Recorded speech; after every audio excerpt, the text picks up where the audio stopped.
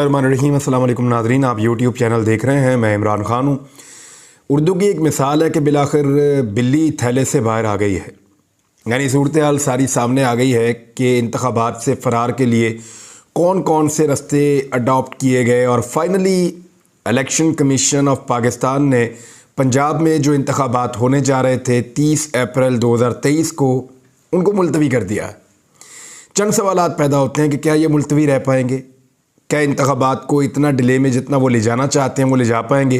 पहले आप ये ख़बर देख लें कि इलेक्शन कमीशन ऑफ पाकिस्तान ने किया क्या, फिर मैं आपको बताता हूँ कि अब इसके अंदर पॉसिबिलिटीज़ क्या हैं, हो क्या सकता है, आईने पाकिस्तान क्या कहता है और कानून के मुताबिक होगा क्या।